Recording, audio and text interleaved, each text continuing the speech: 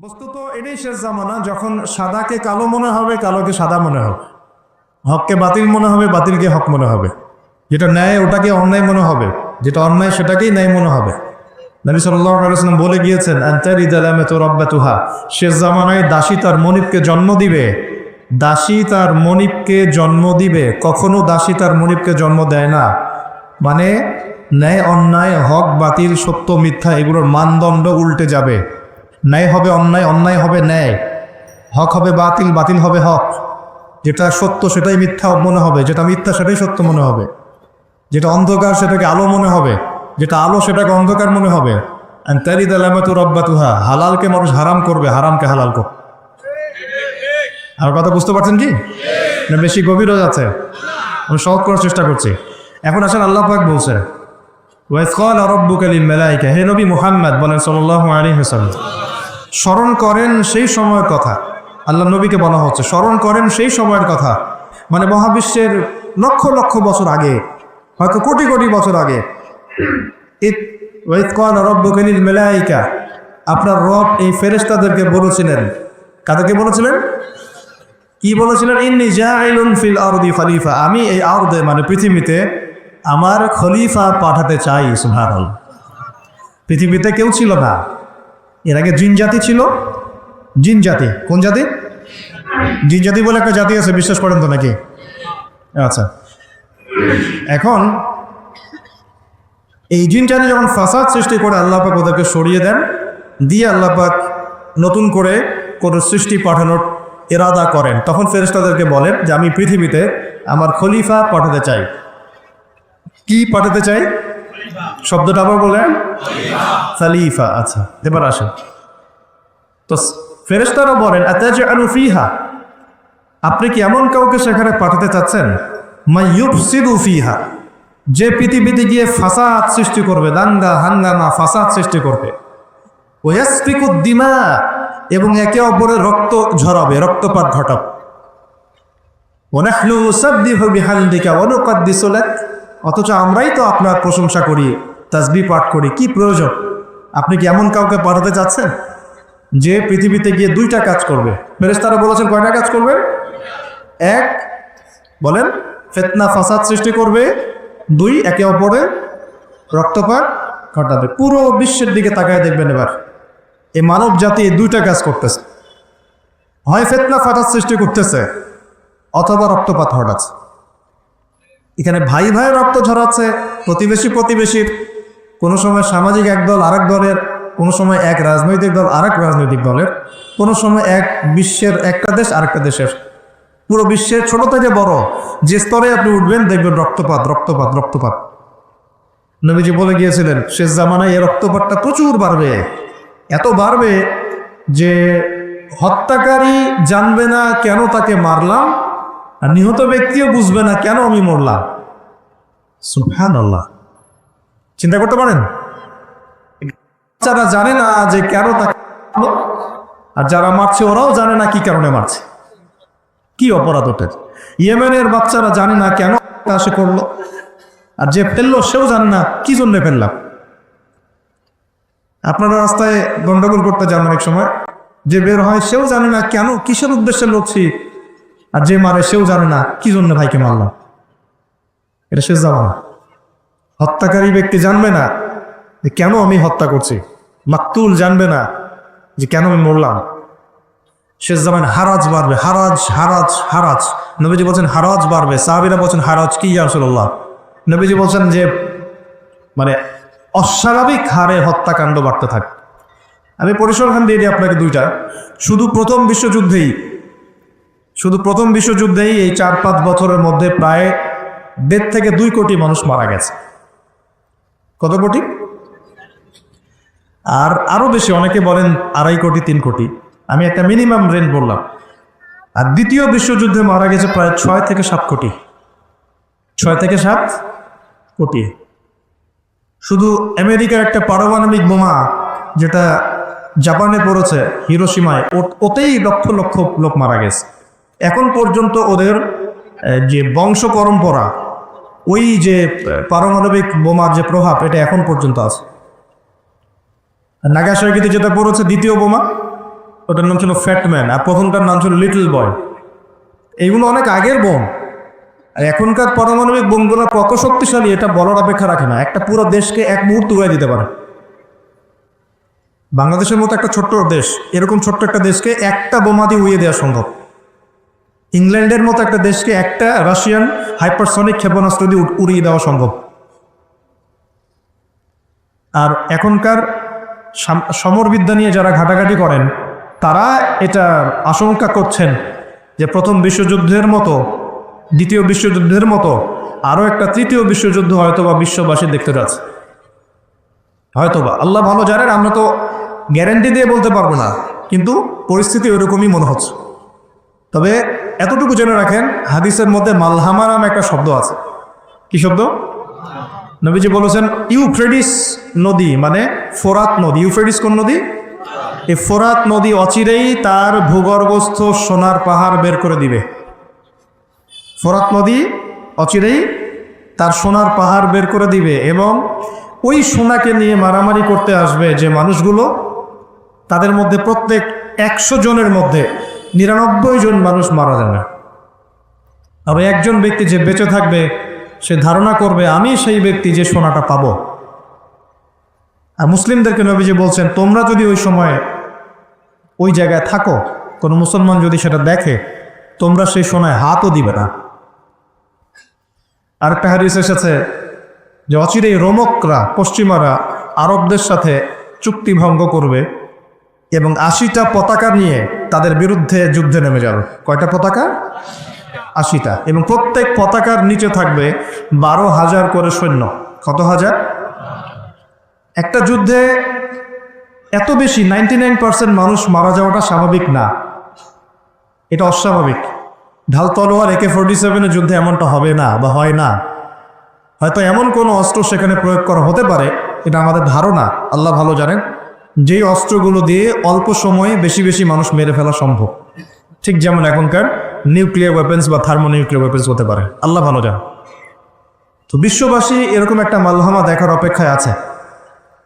এই মালহামার পরেই আসবেন ইমামুল মাহদি। ইমামুল মাহদির পরে আসবে ঈসা ইবনে মারিয়াম। ঈসা ইবনে মারিয়ামের পরে আসছে ইসলামিক খেলাফত। ওই খেলাফত থেকে খলিফা এই শব্দটা নিয়ে কথা বলছি এখন। আমি আবু বকর সিদ্দিকে ছিলাম রাদিয়াল্লাহু আনহু। ফেরেশতারা বলছেন আপনি কি এমন কাউকে পৃথিবীতে পাঠাতে চান গিয়ে রক্তপাত ঘটাবে অথবা ফাসাদ সৃষ্টি করবে? যেটা বললাম এখনকার বিশ্বে দুটোই আমাদের কাজ। তো আল্লাহ পাক বলছেন ইন্নী আ'লামু মা লা তা'লামুন, ইন্নী আ'লামু মা লা তা'লামুন। দেখো আমি যা জানি তোমরা সেটা জানো না। মানে আমার কিছু শুকরগুজার বান্দা থাকবে যারা এরকম ফিতনা ফাসাদ করবে না এবং রক্তপাতও ঘটাবে না। তাদের জন্যই আমি প্রস্তুত করেছি জান্নাতুল ফিরদাউস। সুবহানাল্লাহ। তো এখন ফেরেশতাদের মতামত আপনারা শুনলেন, আল্লাহ পাকের কথাও শুনলেন। এখন আল্লাহ রাব্বুল আলামিন তার খলিফা হিসেবে সৃষ্টি করলেন তার নিজ হাতে আদম আলাইহিস সালামকে। সুবহানাল্লাহ। প্রথম মানবকে, তিনি নবীও হলেন, তিনি প্রথম মানব এবং তিনি খলিফা। এখন আদম আলাইহিস সালামকে তার স্ত্রী সহ জান্নাতে থাকতে দেওয়া হলো। এই ঘটনা আপনারা জানেন। ইবলিস এসে প্ররোচিত করলো। তার আগে ইবলিসকে বলা হয়েছিল সেজদা করো, সবাই সেজদা করলো, ইবলিস করলো না। মনে আছে? এটা তো আপনারা জানেন। ওইদিকে আমি ওই জন্য সময় নষ্ট করছি না। ইবলিস সেজদা না করে কাফের হয়ে গেল। আর আদম আলাইহিস সালাম এবং হাওয়া আলাইহিস সালামকে জান্নাতে থাকতে দেওয়া হলো। বলা হলো যে এখানে থাকো, কিন্তু ওয়ালা তাকরাবা হাদিহিশ শাজারা, এই গাছের কাছেও যাবে না। ইবলিস ফুসলিয়ে ফাসলিয়ে তাদেরকে গাছের কাছে নিয়ে গেল। যেভাবে আমাদেরকে ফুসলিয়ে পাপের দিকে নিয়ে আসে ঠিক এভাবেই। ঠিক আছে? এখন আমাদের পিতামাতা একটা ভুল করে ফেললেন। মানুষ মাত্রই কি হবে? আমাদের পিতামাতা ভুল করে ফেললেন। এটাই তো হাদিসের ব্যাখ্যা, কুল্লু বনি আদম খাত্তা। প্রত্যেকটা বনু আদমেরই কি আছে? ভুল আছে। খয়রুল খাত্তাইন আত-তাওয়াবিন, যারা তওবা করে তারা হচ্ছে উত্তম ভুলকারী। তো আমাদের পিতা কিন্তু ভুলের উপর অটল থাকলেন না। ইবলিস যেমন তার মতে অটল থাকলো যে আমি সেজদা করি নাই তো কি হয়েছে, খলাক্তানি মিন নার ওয়া খলাক্তাহু মিন তিন, আমাকে সৃষ্টি করেছেন আপনি আগুন দিয়ে, ওকে সৃষ্টি করেছেন মাটি দিয়ে। এটা ইবলিসের চরিত্র। যে ভুলের উপর অটল থাকে, সংশোধন করে না, সে ইবলিসের অনুসারী। কথা বুঝতে পারছেন? ইবলিস কি এখানে সঠিক ছিল না? নাউযুবিল্লাহ। কখনোই না। আল্লাহ পাক তাকে আদেশ করেছেন, আদম কিসের তৈরি সেটা তো দেখার দরকার নেই। আল্লাহ পাক আদেশ করেছেন, বাস তোমাকে সেজদা করতে হবে। এখন আমরা যেমন আল্লাহ পাকের আদেশের সামনে অনেক সময় এরকম দলিল উপস্থাপন করি, এটা কেন করব, এটা কেন করব, তাই না? পর্দা কেন করব, নামাজ কেন করব, যাকাত কেন দেওয়া লাগবে, এগুলি ইবলিসের চরিত্র। আর ইবলিস চ্যালেঞ্জ করলো আল্লাহকে, আল্লাহ পাক তাকে বের করে দিলেন, ফাখরুজ মিনহা ফাইন্নাকা রাজিম, এখান থেকে বের হও, তুমি অভিশপ্ত। ওয়াইন্না আলাইকা লা'নাতা ইলা ইয়াউমিদ্দিন, কিয়ামত পর্যন্ত তোমার উপর লানত, অভিশাপ। ও আবার চালাক, সে বলল যে আমাকে কিয়ামত পর্যন্ত অবকাশ দিন, আনদিরনি ইলা ইয়াউমি ইউবআসুন, আমাকে কিয়ামত পর্যন্ত অবকাশ দিন। আল্লাহ পাক বলেন ইন্নাকা মিনাল মুনদারিন, যাও তুমি অবকাশপ্রাপ্তদের অন্তর্ভুক্ত একজন, ছেড়ে দিলাম তোমাকে, কিয়ামত পর্যন্ত হায়াত দেওয়া হয়। এবার সে বলছে ফাবিমা রওয়াইতানি, হে আল্লাহ, যে আদমের জন্য আপনি আমাকে বের করে দিলেন, আমি চ্যালেঞ্জ করছি। এবার ইবলিসের চ্যালেঞ্জটাও মাথায় লিখে রাখেন, মাথায় লিখে রাখেন। ইবলিস বলছে ফাবিমা আগওয়াইতানি লাআকুদুন্না লাহুম সিরাতাকাল মুস্তাকিম, যার জন্য আপনি আমাকে এখান থেকে বের করে দিলেন, আমি তার সরল পথে ওত পেতে বসে থাকবো। কিভাবে বসে থাকবো? ওত পেতে। থুম্মা লাআতিয়ান্নাহুম মিন বাইনি আইদিহিম ওয়া মিন খালফিহিম ওয়া আন আইমানিহিম ওয়া আন শামাইলিহিম ওয়া লা তাজিদু আকসারাহুম শাকিরিন, আমি তাদের ডান দিক থেকে আসবো, বাম দিক থেকে আসবো, সামন থেকে আসবো, পিছন থেকে আসবো, আপনি বেশিরভাগ আদম সন্তানকে শুকরগুজার পাবেন না। কে বললো এটা? ইবলিসের এই কথা সত্য না মিথ্যা বলেন তো? এখন সত্য হয় না? কিভাবে সত্য সেটা একটা হাদিস থেকে দেখেন ধরি, আমি আমার গভীরে ঢুকে যাচ্ছি। কিয়ামতের মাঠে আদম আলাইহিস সালাম, এই আদম আলাইহিস সালামই যখন উঠবেন, আদম আলাইহিস সালামকে আল্লাহ পাক ডেকে বলবেন, তোমার সন্তানদের মধ্য থেকে জাহান্নামী জান্নাতি আলাদা করে দাও তো তুমি। তা আদম আলাইহিস সালাম বলবেন, ইয়া আল্লাহ, কতজন জান্নাতে, কতজন জাহান্নামী? আল্লাহ পাক বলবেন, প্রত্যেক 1000-এ 999 জনকে জাহান্নামের জন্য আলাদা করে দাও। বলেন নাউজুবিল্লাহ। এই হাদিসটা শোনার পরে সাহাবায়ে কেরাম রাদিয়াল্লাহু আনহুম খুব বিচলিত হয়ে পড়ল।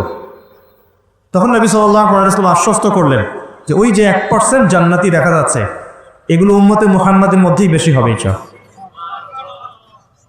তবে কোন উম্মতে মুহাম্মাদি যে নামাজ পড়ে না, রোজা রাখে না, যাকাত দেয় না, শরীয়তের বিধিবিধানের কোনো পরোয়া করে না, কুরআনটা পর্যন্ত তেলাওয়াত করতে চাচ্ছে না, সেই উম্মতে মুহাম্মাদি কথা বলা হচ্ছে কি? নাকি যারা নিজেদের জান, মাল, সময়, শ্রম সব কিছু ঢেলে দিয়ে দিনের জন্য নিজেকে নিবেদিত প্রাণ করে, কাদের কথা বলা হচ্ছে? এটা আপনারা নিজেরাই বোঝেন, এটা তো আমার বোঝানোর দরকার নেই। এখন বুঝেন তাহলে পার্সেন্টেজটা কত হবে। তো ইবলিসের কথা তাহলে সত্য হলো। ইবলিস কি বললো? ওয়ালা তাজিদু আকসারহুম শাকিরিন, বেশিরভাগকে আপনি শুকরগুজার পাবেন না। আল্লাহ পাক নিজেও এই কথা বলেছেন সূরা সদের মধ্যে, ওয়া কালিলুম মিন ইবাদিয়াশ শাকুর, আমার শুকরগুজার বান্দা খুব কম হবে। অন্য একটা জায়গাতেও আছে। তো এখন আল্লাহ রাব্বুল আলামিন আদম আলাইহিস সালাম আর হাওয়া আলাইহিস সালামকে জান্নাতে রাখলেন, তারা যে ফল খেয়ে ভুল করে ফেললেন, আল্লাহ পাক তখন তাদেরকে সাথে সাথেই বের করে দেন নাই। ফাতালাক্কা আদম মির রাব্বিহি কালিমাত, আদম আলাইহিস সালাম তার রবের কাছ থেকে কিছু কালিমা শিখে নিলেন।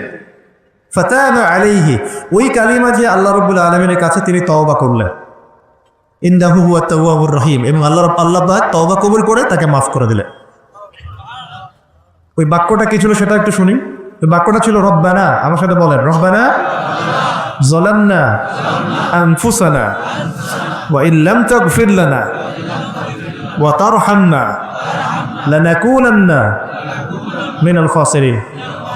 মানে অর্থ হচ্ছে, হে আমাদের রব, রব্বানা যালামনা আনফুসানা, আমরা নিজেদের নফসের উপর জুলুম করেছি, ওয়া ইন লাম তাগফির লানা, আপনি যদি আমাদেরকে মাফ না করেন, ওয়া তারহামনা, আমাদের উপর রহম না করেন, লানাকুনান্না মিনাল খাসিরিন, আমরা অবশ্যই ক্ষতিগ্রস্তদের অন্তর্ভুক্ত হয়ে যাব।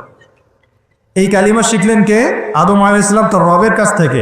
এই কালিমা, এই দোয়া দিয়ে তিনি তওবা করলেন, আল্লাহ রাব্বুল আলামিন তাকে মাফ করে দিলেন। তবে তিনি বলে দিলেন, আর জান্নাতে থাকা হচ্ছে না। কুল নাহবিতু মিনহা জামিআ, আল্লাহ বলছেন তোমরা এখন সবাই পৃথিবীতে নেমে যাও। ফাইম্মা ইয়াতিয়ান্নাকুম মিন্নি হুদান, নেমে যাও পৃথিবীতে, কিন্তু জেনে রেখো পৃথিবীতে আমার পক্ষ থেকে তোমাদের কাছে হেদায়েত যাবে। কি যাবে? হেদায়েত মানে আসমানি কিতাব, নবী রাসূল, আসমানি কিতাব, নবী রাসূল, এগুলো আসবে তোমাদের কাছে। ফামান কুল নাহবিতু মিনহা জামিআ ফাইম্মা ইয়াতিয়ান্নাকুম মিন্নি হুদান ফামান তাবিআ হুদায়া, যে আমার এই হেদায়েতের অনুসরণ করবে, ফালা খাউফুন আলাইহিম ওয়ালা হুম ইয়াহজানুন, তাদের কোনো ভয় নাই, কোনো দুশ্চিন্তা নাই। যেই জান্নাত থেকে গিয়েছো ওই জান্নাতে ফিরে আসবে ইনশাআল্লাহ। এটা একটা কথা। আর ওয়াল্লাযীনা কাফারু ওয়া কাযযাবু বিআয়াতিনা, কিন্তু যারাই আমার ওই হেদায়েতকে মিথ্যা প্রতিপন্ন করবে, অস্বীকার করবে, কুফরি করবে, ঠিক আছে, উলাইকা আসহাবুন নার, এরা হবে জাহান্নামের অধিবাসী, হুম ফিহা খালিদুন, এখানে তারা চিরস্থায়ী হবে। আল্লাহ পাকের বক্তব্য একদম সহজ সরল পরিষ্কার না? দুনিয়াতে যাচ্ছ যাও, এটা চিরস্থায়ী নয়। এই সময়টুকুর মধ্যেই আমার পক্ষ থেকে কি আসবে বলেন? হেদায়েত আসবে, মানে যুগে যুগে নবী রাসূল আসবেন, আসমানি কিতাব আসবে। ফামান তাবিআ হুদায়া, তোমাদের মধ্যে যারা এই নবী রাসূলদেরকে মানবে, আসমানি কিতাব সমূহকে মানবে, তাদের কোনো টেনশন নাই, কোনো ভয় নাই, আবার জান্নাতে ফিরে আসবে চল। আর যারা নবী রাসূলকে মানবে না, আসমানি কিতাবের পরোয়া করবে না, নিজের প্রবৃত্তির দাসত্ব করবে, উলাইকা আসহাবুন নার, তারা জাহান্নামে যাবে, সেখানে চিরস্থায়ী হবে। হিসাব কি সহজ না কঠিন? একদম সহজ কথা আল্লাহ পাকের। এবার এই যে সিলসিলা শুরু হলো পৃথিবীতে, এখন আদম আলাইহিস সালামকে আল্লাহ পাক কি বলেছেন, কি শব্দটা বলেছিলাম? খলিফা। এবার আদম আলাইহিস সালাম পৃথিবীতে এসে কি আবারও নতুন করে কোনো ভুল করেছিলেন?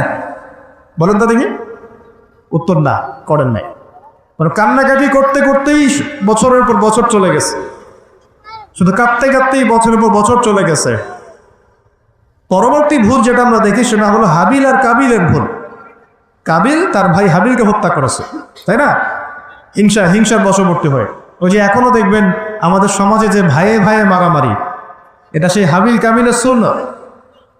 এখানে আমরা কাবিল হব না, হলে হাবিল হব। প্রয়োজনে হাবিল হয়ে থাকবো, তাও কাবিল হতে চায় না। কারণ নবী সাল্লাল্লাহু আলাইহি ওয়াসাল্লাম বলেছেন, পৃথিবীতে প্রথম হত্যাকাণ্ড সংঘটিত করেছে কাবিল। ভালো করে শোনেন, যারা এই পথে আছেন ভালো করে শোনেন, পৃথিবীতে প্রথম হত্যাকাণ্ড সংঘটিত করেছে কাবিল। এই কারণেই কিয়ামত পর্যন্ত যত মানুষ খুন হবে, খুন, এই সমস্ত খুনের পাপের একটা অংশ কাবিলের আমলনামায় গিয়ে যুক্ত হবে। মনে করায় দেই, কাবিল একজন নবীর সন্তান। কার সন্তান? নবীর সন্তান। লূত আলাইহিস সালামের স্ত্রী একজন নবীর স্ত্রী। নূহ আলাইহিস সালামের স্ত্রী একজন নবীর স্ত্রী। আবু লাহাব সর্বকালের সর্বশ্রেষ্ঠ মানব মুহাম্মদ সাল্লাল্লাহু আলাইহি ওয়াসাল্লামের চাচা। আবার ফেরাউনেরও স্ত্রী, তার নাম, দাসীর নাম কি? আসিয়া। তাহলে আমাদের বংশ, আমাদের রং, আমাদের জাতীয়তা, আমাদের অর্থ সম্পদ, আমাদের টাকা পয়সা, আমাদের স্ট্যাটাস, আমাদের ভাষা, আমাদের এই গোত্রীয় বিভাজন, এগুলো আমাদেরকে আল্লাহ পাকের আযাব থেকে বাঁচাতে পারবে না, যদি না আমরা আল্লাহ পাকের হুকুম আহকাম মেনে চলি। একজন নবীর ছেলে কোথায় যাচ্ছে? একজন নবীর স্ত্রী কোথায় যাচ্ছে? লূত আলাইহিস সালামের স্ত্রী কোথায় যাচ্ছে? আবু জাহেল কি আল্লাহ নবী সাল্লাল্লাহু আলাইহি ওয়াসাল্লামের চাচা ছিল না? আবু লাহাব কি চাচা ছিল না? তাহলে কিসের অহংকার? কিসের অহংকার? কিসের ফুটানি? কিসের গর্ব? শুধু তাকওয়াই পারবে আমাদেরকে সেভ করতে, আর কিচ্ছু না। অনেক গভীর হয়ে যাবে, বের হয়ে আসেন। আদম আলাইহিস সালাম তার জীবদ্দশায় আল্লাহ পাকের জমিনে যতদিন থেকেছেন, তিনি কি আল্লাহর বিধান মেনেছেন না শয়তানের বিধান মেনেছেন? তার উপর আল্লাহ পাক কিছু নাজিল করেন নাই? সহিফা নাজিল করেছেন, অবশ্যই করেছেন না? এমনকি কিভাবে কাপড় পরিধান করতে হবে, কিভাবে চাষবাস করতে হবে, কিভাবে এই পৃথিবীতে বেঁচে থাকতে হবে, এগুলো আল্লাহ রাব্বুল আলামিন জিবরাইল আলাইহিস সালামের মারফতে শিখিয়েছেন। মানুষ কাপড় পরা জানতো না, কে শিখিয়েছে? আল্লাহ পাক। আল্লাহ পাক পোশাক নাজিল করেছে। শুরুতে মানুষ গাছের ছালপাতা পরে থাকতো না, এগুলো মিথ্যা কথা। আল্লাহ রাব্বুল আলামিন আসমান থেকে পোশাক নাজিল করেছেন প্রথম। জিবরাইল আলাইহিস সালাম শিখিয়েছেন কিভাবে সুতা বুনতে হয়, কিভাবে জমি চাষ করতে হয়, কোন কোন গাছ উপকারী, কোন কোন গাছ উপকারী নয়, কোনটা আমরা খেতে পারবো, কোনটা খেতে পারবো না, কোন প্রাণী আমাদের জন্য খাওয়া ভালো হবে, কোনটা খাওয়া ঠিক হবে না, আল্লাহ পাক ওহীর মাধ্যমে জানিয়েছেন। এগুলো আমরা জানতাম না, এগুলো আমরা জানতাম। এমনকি কোন গাছে ঔষধি গুণাগুণ আছে, এটা আদম আলাইহিস সালামকে কে জানিয়েছে? আল্লাহ পাক তার ওহীর মাধ্যমে জানিয়েছেন। এই যে আমরা এখন সভ্যতা নিয়ে এত কথা বলি, সত্যি কথা হচ্ছে সভ্যতা শুরু হয়েছে নবীদের হাতে। আর সভ্যতা প্রসারিত হয়েছে নবীদের হাতে, আর সভ্যতা শেষও হবে একজন নবীর হাতে। সেই নবীর নাম কি? ঈসা আলাইহিস সালাম। Very good. সেই নবীর নাম কিন্তু ঈসা ইবনে মারইয়াম। তার হাতে সভ্যতা শেষ হবে। ওইটা লাস্ট একটা সভ্যতা পৃথিবী দেখবে অচিরেই সামনে।